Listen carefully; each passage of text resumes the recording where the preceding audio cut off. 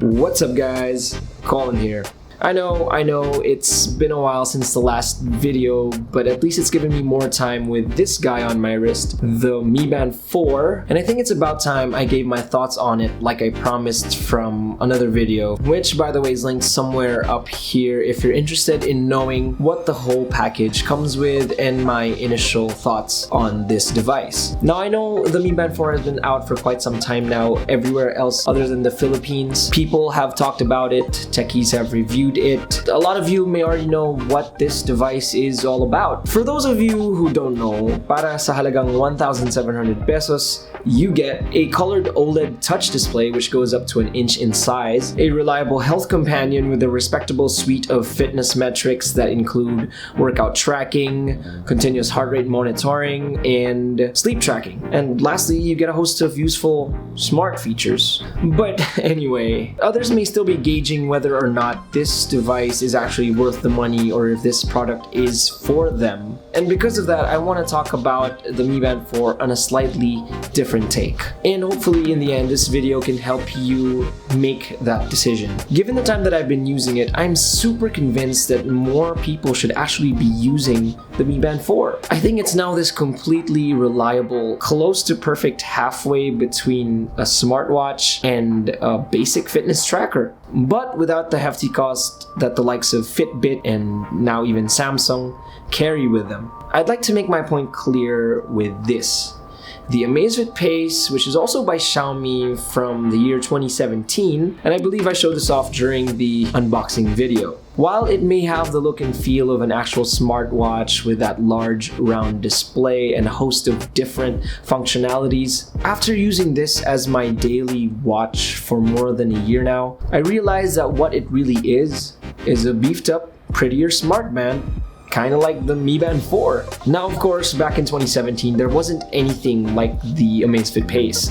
It had its own custom Android OS, which meant real, actual apps. But make no mistake, this is no Google Wear OS device that you can connect to the Play Store and get additional apps for it. Where it really shines is in the built-in workout tracking system that you can actually hit up without needing to use your smartphone. And if you do want to go completely phoneless, you can actually store a few songs with its 2GB onboard storage, connect to your Bluetooth headset, and go running and listen to your music. Now, accounting for all of that, this device can last up to 5 days on average use. But what I find most important about it is that it looks like an actual watch. The Amazfit Pace actually has an always-on display. They even took it to the next level by including this ticking animation for the seconds hand for analog watch faces. But here's the thing, its main highlight is in its fitness features. And since I don't always go running, cycling, or climbing, or whatever workout this device supports, I never got to fully take advantage of what it was really designed for. Don't get me wrong, this isn't some kind of complaint or whatever. For 6,400 pesos, the Amazfit Pace actually does more practical smartwatch features really well for some day-to-day activities. I could access stuff like the weather, timers, alarms, the stopwatch, and even control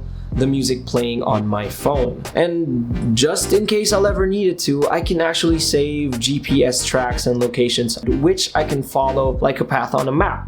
I can also bring up the compass, and I can also track my precise GPS coordinates if ever I do need that. But that was it. That was the extent of its quote-unquote smartness. A true smartwatch has features like Spotify control, quick reply to messages, calendar and reminders baked in, and maybe even booking a grab straight from your wrist. But those are currently still up there beyond the 10,000 peso territory. And honestly, for 6,400 pesos and for what the Pace did and what it still does, it turned out to be pretty useful. But it's 2019 now, and there's this whole new drive in the tech industry for cheaper and better wearables. Because of that, we now have the Mi Band 4, which I think can do a lot of what the Pace does, and in some cases even better. First off, let's talk about this new color OLED display. An inch in size may not be much, but this display can pack in all the essential information in that tiny screen. You've got the time and date, the current heart rate, the battery life, and Bluetooth connectivity,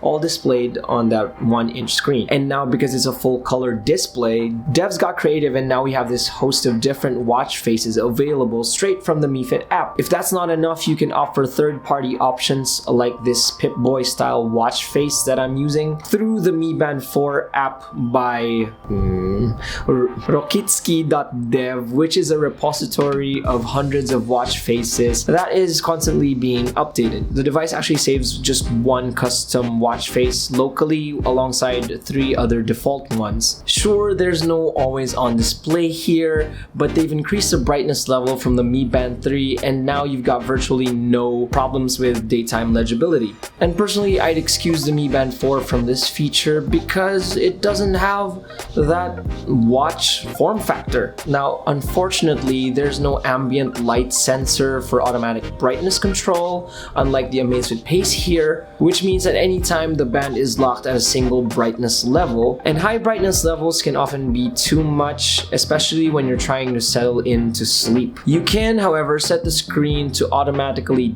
dim when the sun sets, they call this night mode, and or set the lift wrist to wake functionality to turn off at a certain time of the day. Now, driving that awesome display is the new software underneath the Mi Band 4. And probably the best part about this new software on the surface level is the new navigation system. And I think this has finally solved the Mi Band 3's fidgety style that I'm sure has left so many people frustrated. The small depression found on the previous model, which served as this main button, is now gone and has been replaced with this capacitive button, and this now serves as the main wake button or the back button. I find that this move completely streamlines the experience with the Mi Band 4 without having to wait for menus to pop up by tapping and holding as seen on the previous model. You'd think that a screen this small would be a bit cumbersome to use, but that certainly isn't the case here, with the clean and smooth animations leaving a very satisfying feeling when navigating through the UI. And that upgrade of the navigation and the UI makes everything on the Mi Band 4 feel like they're brand new, like the stopwatch and the timer, and you can also still set your phone to silent or make it ring if you're having trouble looking for it, and it's all easily doable without having to do that weird tap and hold gesture thing. The alarms you set on the Mi Fit app actually now get stored on the band as well, so now you can switch them on or off anytime. How cool is that?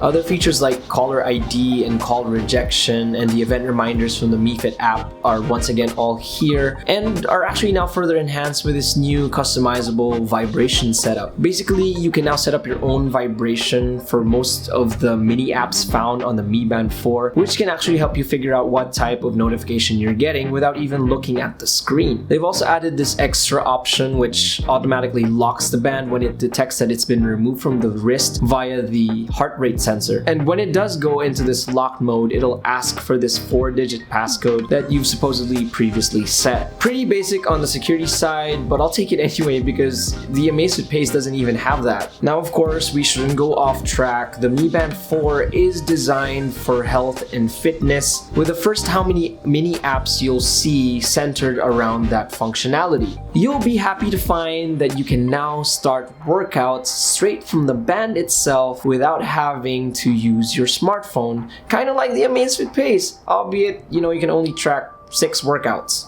However, I do have to note that you can't go completely phoneless with this setup because the band will ask to connect to your phone for GPS data. Even when I did go running with the Pace, I still couldn't bring myself to leave my phone behind. Ikaw ba? Iiwanan mo lang ba yung phone mo somewhere or like sa bahay kung magja-jogging ka? Paano kung may emergency, di ba? But of course, you can't take phones out for swimming, and well, the Mi Band 4 has got that covered for you now, thanks to it being 50 meters waterproof. Once you select the workout, the band asks you if you're going to swim in a 25-meter pool or a 50-meter pool, and then you can get right to it.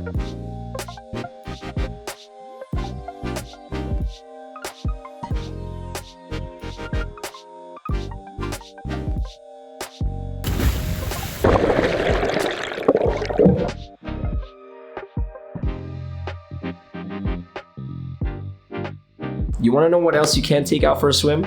The Amazfit Pace. It only has an IP67 rating, and even then, people from the Amazfit community heavily caution new users to steer clear of water, even if you're just going to wash hands. Now, more on the health aspect is this band's ability to notify you when you exceed a certain heart rate value, which is perfect for those who want to keep tabs on their stress levels. The more expensive smart band from Samsung, the Gear Fit E, actually takes it to a whole new level by introducing a whole stress management suite straight on the band itself. But honestly, a single notification just like that can be just as good in my opinion. Probably the most useful smart feature I found on the Mi Band 4 is the music control functionality. Basically, you can swipe left or right from the main watch face and it will bring up this tiny music control UI. And this works with any music app that's running on your phone. As you can see here, I'm actually using the band to control Spotify. You can hit next or previous or play or pause. And here on the top corners, you've got small buttons for volume control. How crazy is that? I mean, look at my Amazfit Pace here. It clearly struggles with this functionality. In that year-long experience I've had with it,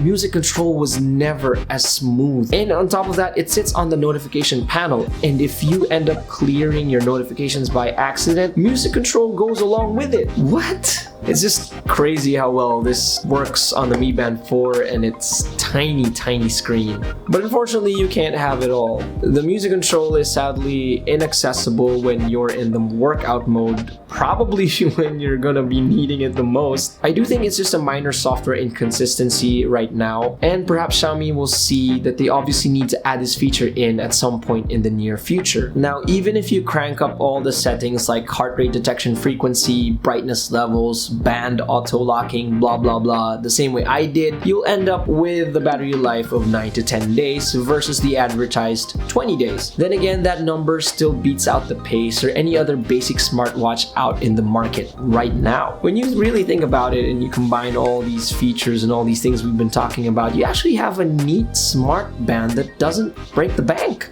Now sure, the Mi Band 4 isn't all about elegance. It can't replace those classy watches. It doesn't even stand a chance against the Amazfit Pace in terms of looks. But this in its entirety is a tool. It's a tool that not only tells time, but also extends some functionality that you'd normally have to whip out a smartphone for. And it does all that for just 1,700 pesos. For that reason alone, I can do away with the GPS functionality. I can do away with the more complex workout tracking. I can do away with the always on display, and I can do away with the more flexible operating system. Imagine this, you're in a cramped bus ride or train ride to school or to work and you're listening to some music. Suddenly, a song you don't like comes on and hindi mo mabot yung phone mo kasi masikip eh. Well, this piece of tech easily helps with that. And that's basically the whole point of tech anyway, to improve the way we live and help out in our day-to-day activities. And that is why I think the Mi Band 4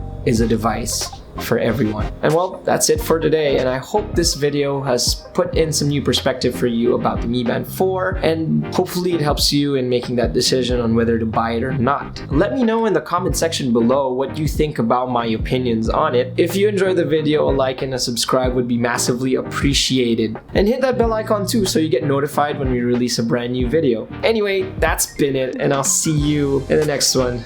Bye!